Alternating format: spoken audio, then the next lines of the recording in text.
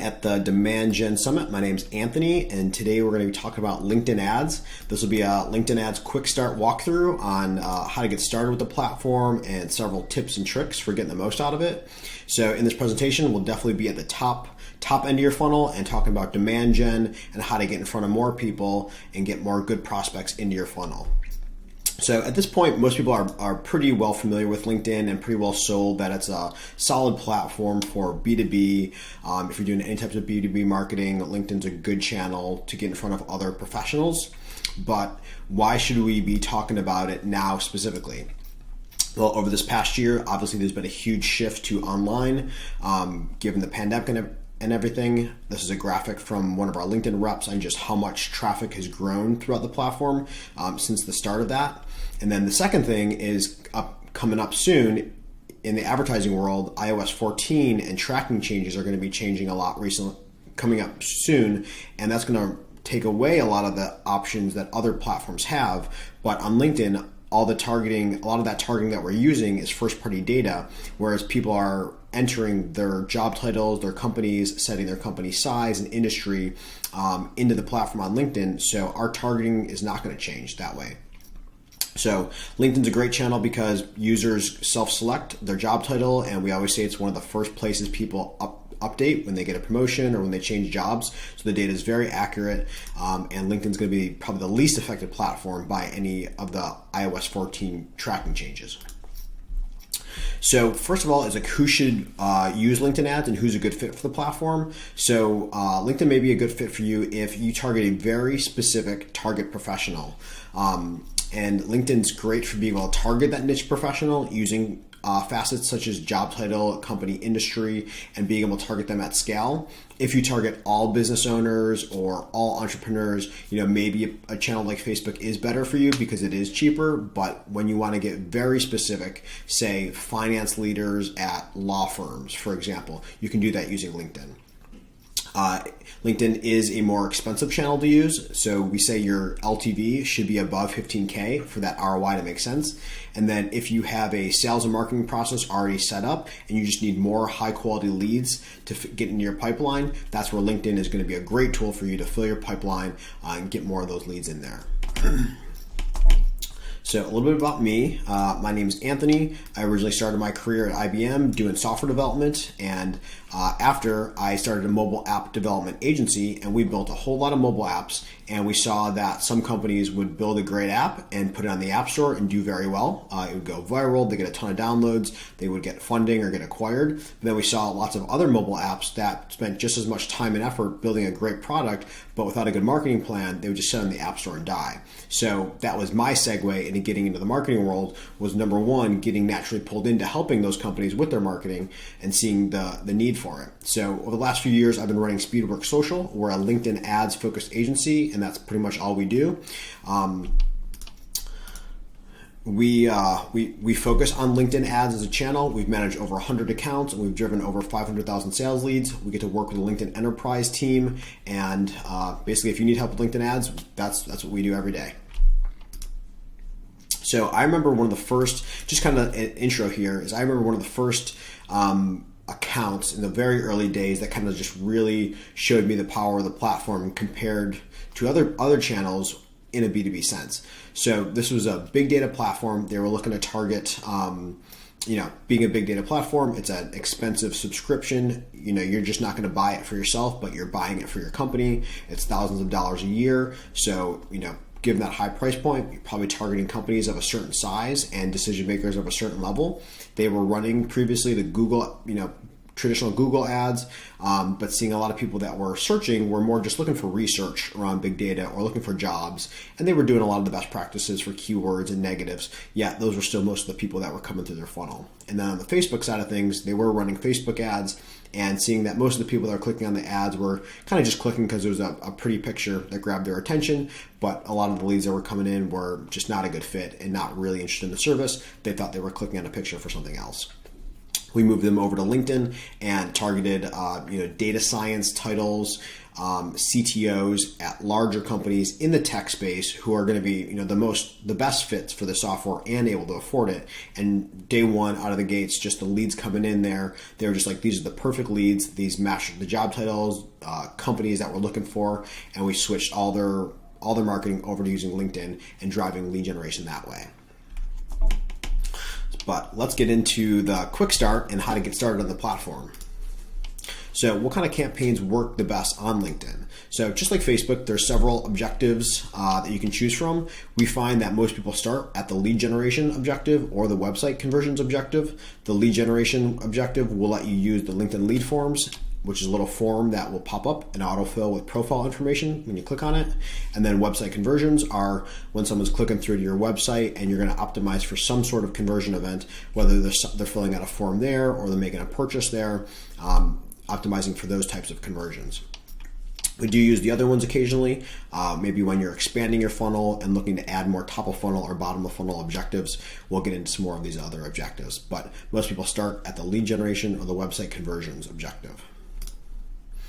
Next, on targeting for LinkedIn. So LinkedIn is great for when you need to target that niche decision maker at scale. As I mentioned, kind of comparing it to Facebook, there's a lot of people on Facebook, but most of them are probably not a good fit for most B2B offers out there. So for example, if you want to target HR directors at startups, it's going to be like finding a needle in the haystack on Facebook. And on a lot of the Facebook algorithm relies on letting the algorithm find the right people for you and optimize for you. Whereas on LinkedIn, we can just directly target those people, so we don't need to rely on the algorithm nearly as much. So we can just directly target those people based on who they are and have a much higher hit rate. The thing to watch out for on other channels is, number one, if you're running marketing on other channels, the time that you're going to spend with those leads that are coming in and dealing with those leads, whether it's you or your sales team, if they're unqualified, that's just kind of taking up time in your sales team's calendar where they could be going after better leads.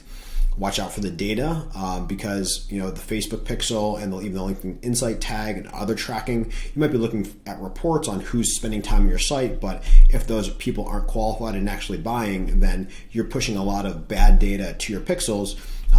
So basically just watch out for that. Second is brand image. I know this is an important concern for a lot of bigger brands. The types of comments that you might see coming on Facebook might not be a good fit. And you got to do a lot more moderation in managing those. Whereas on LinkedIn, it's a very high quality network. You know the people that you're going to be targeting, and you're getting a lot more high quality interactions happening on your ads and on your organic content. So diving into some of LinkedIn targeting, there's a lot of awesome targeting options that LinkedIn offers us. So basics, and what we typically start with is starting with company industry, company size, and then job titles are probably the most common ones that we use. There's several other categories here that are listed are the next most common ones, maybe targeting education, job functions, which are a little bit more broad, such as like marketing or business development or sales. Seniority is when you want to start to filter on how high up the chain you want to target, whether you're targeting business owners or VPs or managers. Years of experience, member skills, and member interests. So a little bit more onto the job titles is we do a lot of research diving into all the different variations of job titles and the specifics around job titles to match up, what are the different options out there that people are using, and then what do we want to put into a campaign. And usually it's centering a campaign around different personas. So for some examples here, you might be targeting different types of IT professionals, and maybe it's IT compliance, maybe it's help desk admins, maybe it's infrastructure. Maybe you want to target HR professionals, and maybe you're targeting recruiting, or maybe you're targeting office managers. You can do that very specifically with job titles.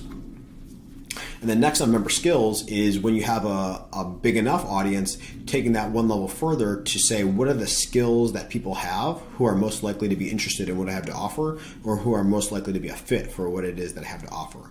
So for example, say you sell a couple programming courses, maybe it's an expert programming course for JavaScript developers. Well, you'd probably want to put the JavaScript skill in your targeting so you can specifically target JavaScript developers with this advanced course. Same thing if it was a .NET course or a database course. You would use those job skills to get even more niche into there. Say you're selling software that maybe integrates with Salesforce or HubSpot. You could use those skills to get to people who are using Salesforce and HubSpot in their daily jobs. And when you're building your audiences on LinkedIn, a big difference between, say, the Facebook platform. On Facebook, you usually give it a big audience and you let the algorithm go out there and you optimize for you to find the best person. On LinkedIn, we usually want to flip that and give it a very specific audience. And the reason is you're usually paying for every click on LinkedIn, so you want to eliminate any irrelevant clicks. We do that by being very specific. So the next question is, what do I put in my ads and what makes for the best type of offers in your ads? And in the funnel, we see that LinkedIn is great for top of funnel lead generation. And if you think of your broad marketing funnel, you use LinkedIn when you have a very specific target buyer that you're looking to target, and you want to get in front of them on LinkedIn, and you use LinkedIn as a traffic source so that you're pulling in high quality prospects into your funnel. And then once they've been to your site or once they've signed up to download something, then you can continue to follow up with them via other means. At that point, they're in your funnel and your sales team can call them or follow up with them in other means. So we usually focus LinkedIn on top of funnel offers. You can definitely do lower funnel ones and maybe even in retargeting campaigns, or depending on how mainstream your brand is, maybe you can go more direct of an offer. But for the most part, the best offers we see are these top of funnel offers, such as like checklists, reports, guides, and white papers and case studies. We call these lead magnets, and it gives somebody a reason to opt in, because if you're not a mainstream brand, the chances are the viewers probably never heard about you before, so it gives them a reason to sign up and start the conversation. Just for an example, a lead magnet you've probably seen several places around the internet. When people offer free resources that you sign up for to receive, whether it's a download, a PDF, a checklist, that's what a lead magnet is. Next are what are the types of ads that LinkedIn offers. So the main one that we start with is called sponsored content. These are your standard image ads that are going to show up in someone's newsfeed. These are the highest quality ads that allow you to convey the most information. So most people start with sponsored content, and then maybe move to video afterwards, or maybe move to email afterwards once sponsored content is converting the best. Because these are the highest quality ad units. You have a full image, you have full text. People can click through to learn more. And as far as the ads go, we usually see that short and direct copy works best. People are on LinkedIn typically for a specific reason, whether they're going on to post a job, going on to apply to a job, maybe they're going to message a colleague or update their profile. People don't tend to sit around and spend a lot of time on LinkedIn, so usually short and direct works the best. And then as far as if your goals are lead generation, we do often use the LinkedIn lead forms. These have the highest conversion rates. Like I said, we usually stick LinkedIn as a top of funnel lead generation tactic. So whatever way we can pack your funnel with the highest volume and best conversion rate for leads coming in, getting you the best cost per lead, LinkedIn lead forms are a great option for that, because they'll auto-populate with all the users' info. Some other ad types that are out there on LinkedIn. LinkedIn has text ads. These are the small ones that will show up on the top of the LinkedIn website, and then on the right side, these are only on desktop. These are LinkedIn's cheapest ad units. So if you're just getting started, or if you have a lower LTV price point for your offer, maybe you do start with text ads, because those are the cheapest clicks you can get.